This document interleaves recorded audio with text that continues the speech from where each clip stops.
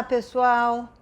Sejam bem-vindos e bem-vindas para a gente começar um ciclo novo, que é a lua nova no signo de Touro, mas ela ainda vai acontecer no mês de abril, no último dia, no dia 30, no finalzinho da tarde, às 17h28, horário de Brasília, né? E com isso, então, a gente inaugura um ciclo que tende a ser um pouco mais tranquilo, na medida em que Touro é um signo que processa as coisas de uma maneira um pouco mais lenta, aliás, como todo signo de terra. Essa lua nova, ela vai coincidir com um eclipse parcial do Sol, né? Sempre que é lua nova, então a lua passa na frente do Sol e ela pode tampá-lo total ou parcialmente. Esse é um eclipse de média magnitude, porque não tampa totalmente o Sol, né? E isso é uma boa notícia na medida em que as repercussões, então, deste eclipse não são tão contundentes, não são tão fortes, são, digamos, mais leves, né? E esse eclipse ele vai ser mais visível e vai ocorrer mais na região sul do planeta. O Oceano Antártico, o Chile e a Argentina. Portanto, esses tendem a ser os locais, as nações, os países que serão, digamos, um pouco mais afetados por esse eclipse. E a gente acha, né, gente, que é brincadeira. Se vocês lembram, na semana passada, por exemplo, nós tivemos uma enorme calota que se desprendeu, né, justamente na região antártica, né? Uma coisa assim de um tamanho imenso, do tamanho da cidade do Rio de Janeiro, por exemplo, né? O que é bastante significativo. Isto já é o efeito de um eclipse, porque um eclipse, ele tem duas ou três tendências. Ou ele acelera o que já vinha acontecendo, ou ele inverte o que vinha acontecendo, ou ele intensifica o que vinha acontecendo. Então, são sempre essas três tendências que acontecem proximamente a um eclipse, nos locais, claro, que são mais envolvidos, ou inclusive nos locais ou nos nativos que são mais próximos dos graus aonde está ocorrendo a lua nova e o eclipse. E imaginem, tudo isso, né, tem a ver com a própria região antártica ter atingido nos últimos tempos algo como 34 graus de temperatura, o que também é uma coisa absolutamente impensável, né? Se nos polos a gente está podendo ter 34 graus, o que dirá então no resto do planeta? Portanto, vocês vejam que um eclipse não é uma brincadeira, né? Um eclipse é um evento muito forte, celeste, e como a gente sempre diz, por sincronicidade, isso se reflete na Terra, e isso de alguma maneira acaba no nosso planeta, trazendo à tona eventos que podiam, no caso de um eclipse, já estar mais ou menos encaminhados, digamos assim. Então, como dissemos, um eclipse atinge, então, algumas regiões do ponto de vista geográfico e atinge também os nativos, principalmente do signo onde isso está acontecendo, no caso Touro, é a turma do finalzinho do primeiro decanato, porque isso vai se dar no grau 10 de Touro, o encontro entre o Sol e a Lua, exatamente então no final do primeiro decanato, o que pega a turma da metade do primeiro decanato e da metade do segundo, ou seja, do grau 5 mais ou menos ao grau 15. Então, o pessoal que faz aniversário ali entre 25 de abril e mais ou menos 5 de maio. Isso não quer dizer, não é para ninguém ficar assustado, absolutamente, porque um eclipse não necessariamente é negativo, de maneira nenhuma. Às vezes ele acelera, inclusive, eventos positivos, às vezes ele inverte tendências que não estavam indo para um lado legal e que acabam justamente se modificando para um lado mais positivo, né? Então, segundo, por exemplo, os astrônomos, eles chamam todas as luas cheias, todas as luas novas, eles chamam de eclipse. Porque para eles, de alguma maneira, o Sol tampa a Lua, ou a Lua tampa o Sol, ou a Terra tampa a Lua, enfim, alguém tampa alguém, né? O que também se chamam ocultações. No caso dos outros planetas, a gente usa mais essa terminologia, ocultações, e no caso do Sol e a Lua, a gente usa mais a terminologia eclipse, que pode ser parcial, total, penumbral e etc. Então, neste caso, estamos falando de um parcial que também não é de enorme magnitude, é de uma magnitude média, ok? Então, agora, falando da lunação em si, ela está acontecendo no setor número 7, que é um setor de relacionamentos de todos os tipos, relacionamentos entre pessoas, casais, sócios, associações, parcerias, até a gente brinca, né? Pessoas com quem eu não me dou, mas que eu tenho certeza que eu não me dou, né? A gente brinca que são os inimigos que a gente conhece, porque tem uma casa que é a 12, que é dos inimigos ocultos, entre aspas, né? Então, essa da casa 7, inclusive os meus adversários, os meus, digamos, rivais, né? Também estão na 7. Mas, muito mais, logicamente, estamos falando de associações, parcerias, casamentos, sociedades e etc. Então, o Sol e a Lua estando ali, primeiramente, já contempla esse assunto em especial. No caso de nações, por exemplo, a casa 7 é a casa de todas as relações exteriores.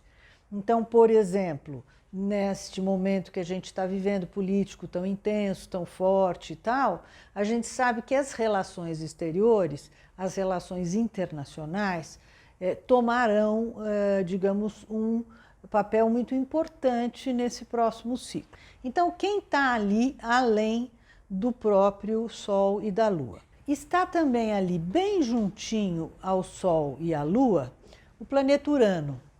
Urano, ele é na mitologia grega, ele representa a abóbada celeste, né?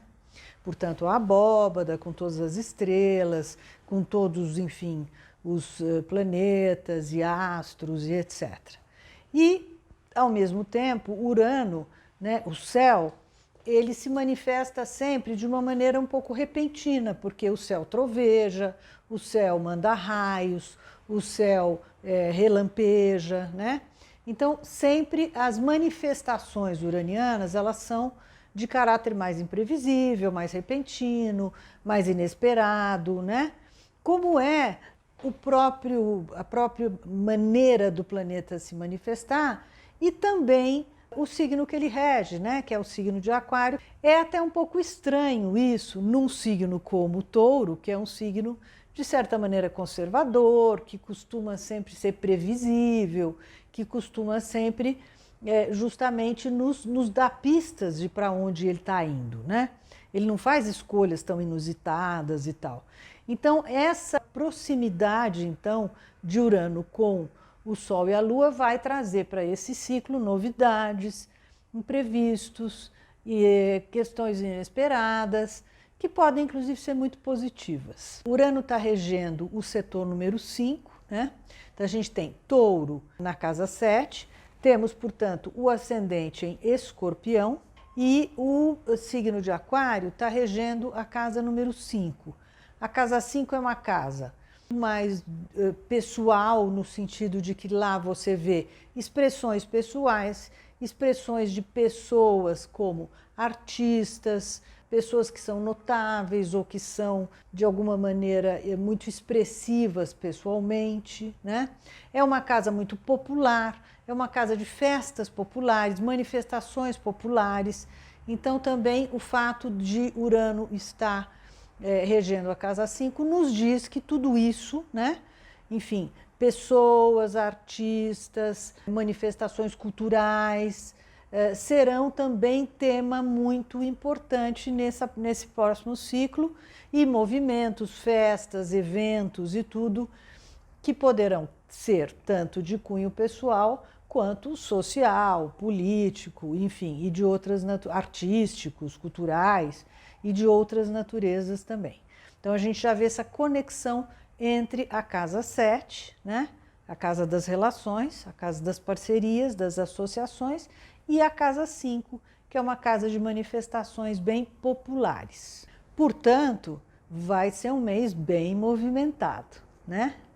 E como a gente já falou, do ponto de vista pessoal, a gente está falando, então, primeiro da passagem do primeiro decanato para o segundo decanato de Touro. Isto pega também, evidentemente, o oposto, que é o signo de Escorpião, né? E os seus outros dois, o outro par, né? Que faz com eles uma tensão, um quadrado, que são Leão e Aquário. Então, essa turma toda, Touro e Escorpião, Leão e Aquário, do final do primeiro decanato e do começo do segundo, serão as pessoas os nativos que pessoalmente estarão sendo mais atingidos nas suas vidas. E como está com Urano envolvido, a gente está falando aí também, evidentemente, de mudanças, de alterações, até de cortes, rompimentos, coisas que terminam, coisas que começam, né? Bastante intensas, inclusive, ok? Outro parceiro importante dos luminares nessa alunação é o Marte. Ele não está lá na casa 7, ele está na 5, mas ele já está no signo de Peixes. Aliás, ele já entrou em Peixes há alguns dias e tudo. O Marte, vocês sabem, é o planeta dos guerreiros, dos executivos, enfim, é ele que, na verdade, faz as coisas acontecerem, é o planeta da ação, etc, etc. Mas, no signo de Peixes, ele fica um pouco mais aguado, entre aspas, né? Menos guerreiro, mais, digamos assim, negociador, muito mais criativo, muito mais, inclusive, criativo no sentido mesmo artístico do termo, performático, talentoso. Isso reforça o quanto o público da Casa 5, ou seja, artistas, pessoas importantes, proeminentes, no sentido cultural e artístico, educação, inclusive, é um tema muito importante também da Casa 5, terá uma presença importante nessa alunação e está, inclusive, em grau quase exato de relacionamento com o Sol e a Lua, né? E também com o Urano. Com o Urano, essa dobradinha é um pouco mais, digamos assim, esperta, né?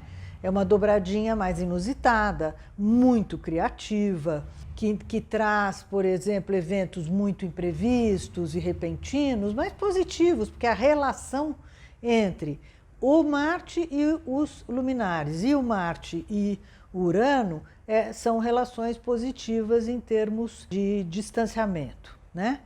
Inclusive, é um tipo de relação de negociação, de articulação, de troca, de barganha, de se conseguir muito mais que acordos sejam feitos do que qualquer outra coisa. Inclusive, o Marte em Peixes, né, que é um signo pacífico, que é um signo de tentar, ao contrário, apaziguar sempre, tentar que todos se entendam, sempre uma visão um pouco mais globalizada das coisas, uma visão até mais espiritualizada, entre aspas, no sentido de que leve em consideração todas as instâncias. Isso que para mim é a espiritualidade, é a gente levar em consideração a instância física, concreta, objetiva, material, financeira, a instância social, né? Enfim, das conversas, do envolvimento das pessoas, de pensar como vão ficar as relações humanas e sociais, etc. O aspecto, enfim, do fogo, que é a questão, então, justamente do pique da energia, do que tipo de energia está envolvido nisso, né? E, por fim, o elemento água, que é o elemento que valoriza mesmo, né, o ser humano, as relações humanas e o fato de sermos todos pertencermos todos à mesma humanidade, ao mesmo planeta, ao mesmo momento histórico, social, celeste, etc. Isso para mim é que é espiritualidade, né? É você, ao fazer alguma ação, ou enfim, ao empreender alguma coisa, ao ter algum tipo de atitude, levar em consideração todas essas instâncias da vida, né? Então, o Marte só estaria reforçando todo esse, digamos, esse raciocínio globalizado, globalizante, totalizante e etc. E é uma presença bastante importante porque ele é um dos regentes do ascendente que está em Escorpião, tá?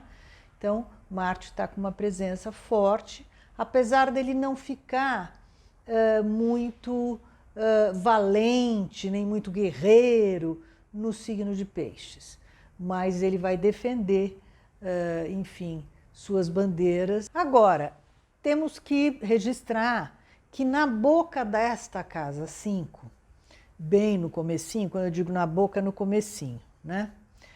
A gente tem Saturno, e o Saturno está em Aquário, a presença dele em Aquário tem sido bastante positiva, porque nós estamos num momento de muito desenvolvimento tecnológico, né? Desde que houve a conjunção dele com o Júpiter lá no comecinho de 2021, e agora ele está com um papel assim de deixar que essas questões todas de muito desenvolvimento tecnológico e tal seja feito de uma maneira mais regular, mais equilibrada, menos impulsiva, né? Então, o papel dele no signo de Aquário tem sido muito bom. Mas, no começo da casa 5, pode significar, de alguma maneira, assim, que haverá uma presença corregedora, uma presença auditora, uma presença que, de alguma maneira, tenta, eu não diria exatamente controlar, mas tenta, de alguma maneira, manter a situação sob domínio, né? E não deixar que as coisas descambem, né? Só numa alegria total, em eventos, enfim, sem parar e sem muita discriminação. Além disso, ele também está atravessando o eixo do destino, que é o eixo dos nodos lunares, se vocês lembram bem. Os nodos estão acontecendo entre os signos justamente de Touro e Escorpião, né? E Aquário fica mais ou menos ali no meio, fazendo uma certa tensão com os dois lados.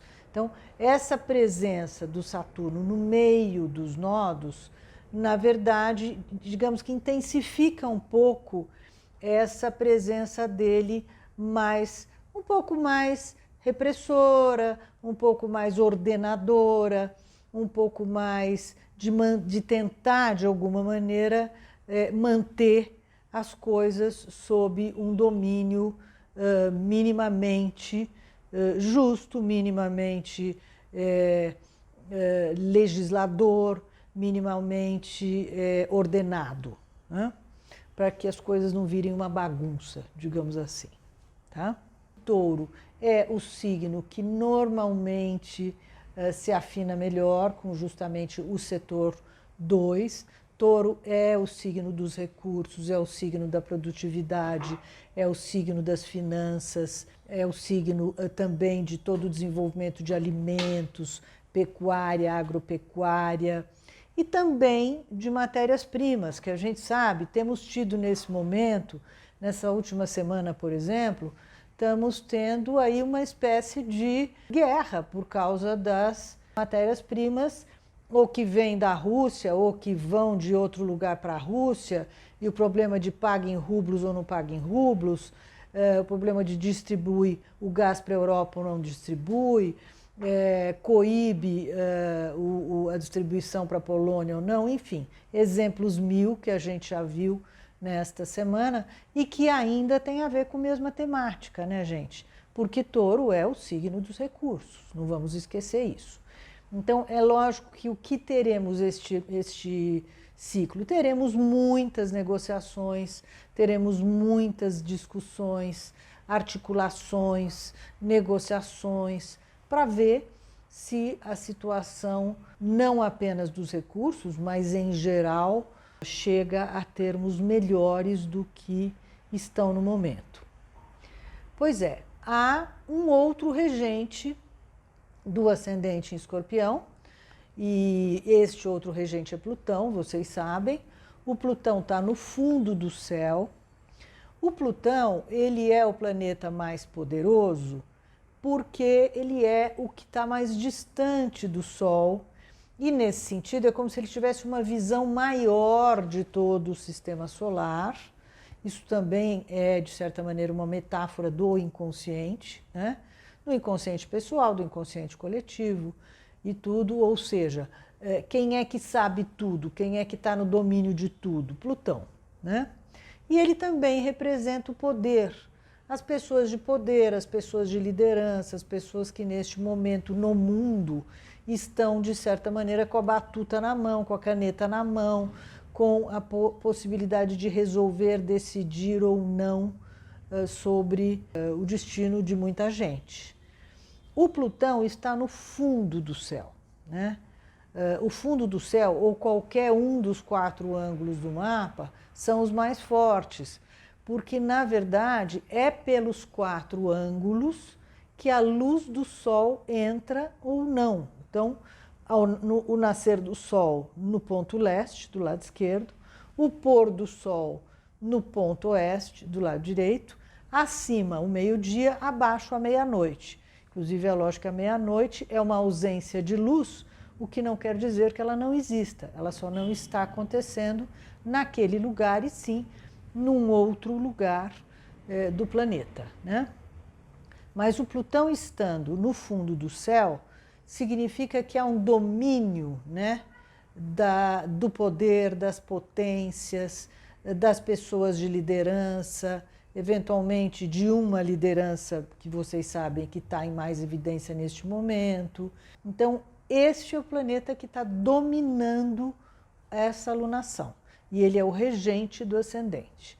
Ele está fazendo uma tensão com o ascendente. O ascendente é um ponto importante do mapa, porque ele é não só o início, como também o final.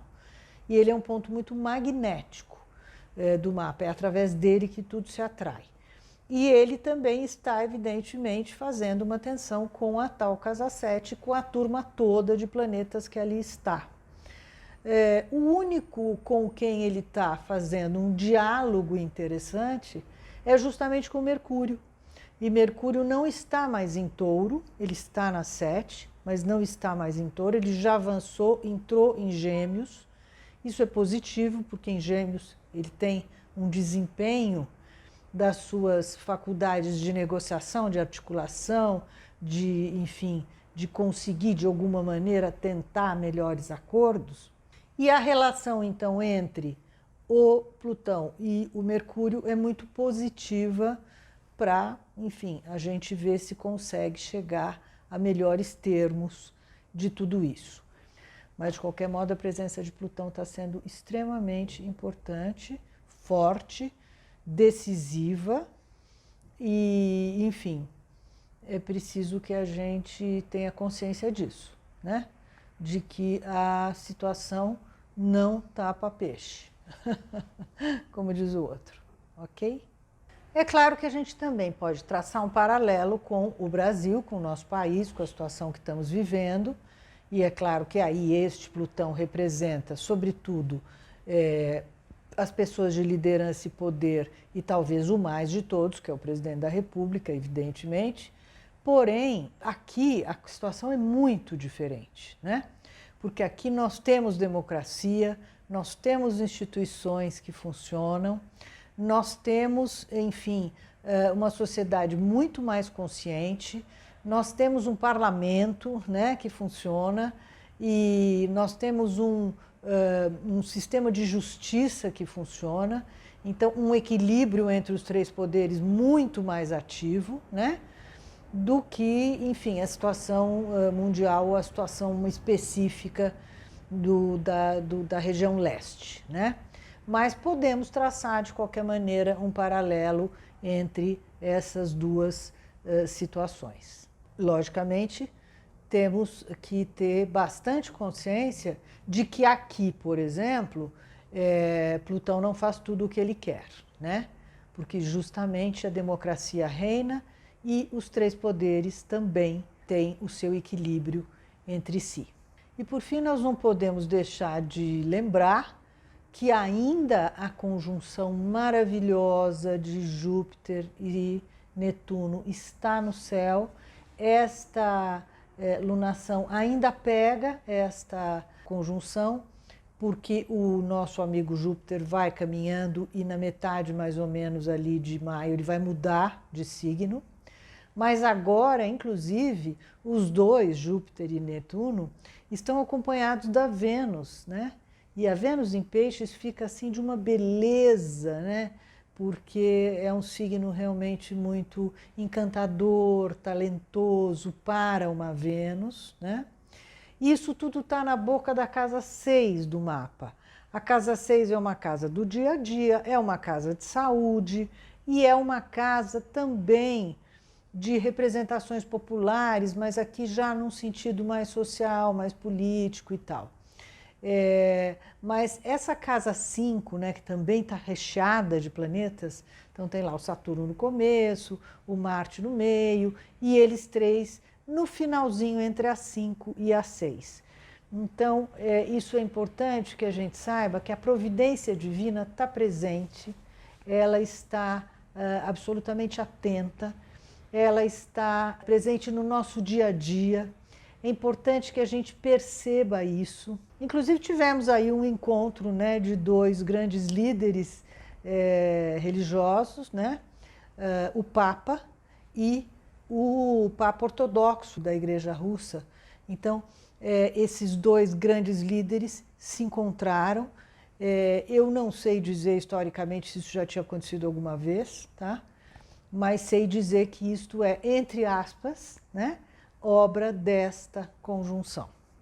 Então, mantenhamos a esperança em dia, mantenhamos a fé, porque ela está presente no nosso dia a dia. E é importante que a gente preste atenção nas pequenas coisas, nas pequenas relações, nas relações miúdas da vida, né? Com as pessoas que a gente se dá todos os dias e que a gente às vezes não presta atenção nas bênçãos que nos acontece nesses pequenos eventos que a vida nos traz. Então, por tudo isso, eu clamo que vocês prestem atenção nessa conjunção que é realmente maravilhosa. E que deem uma olhadinha lá no site, consultem esse texto, ele está com todos esses detalhes. E não se esqueçam que lá também eu coloquei o endereço de uma palestra que eu dei a respeito dessa conjunção, porque ela é uma conjunção especialíssima, ela acontece a cada 1,5 séculos, então não é para qualquer um, e nós estamos tendo essa grande chance de estarmos vivos neste momento. Portanto, temos que agradecer, né?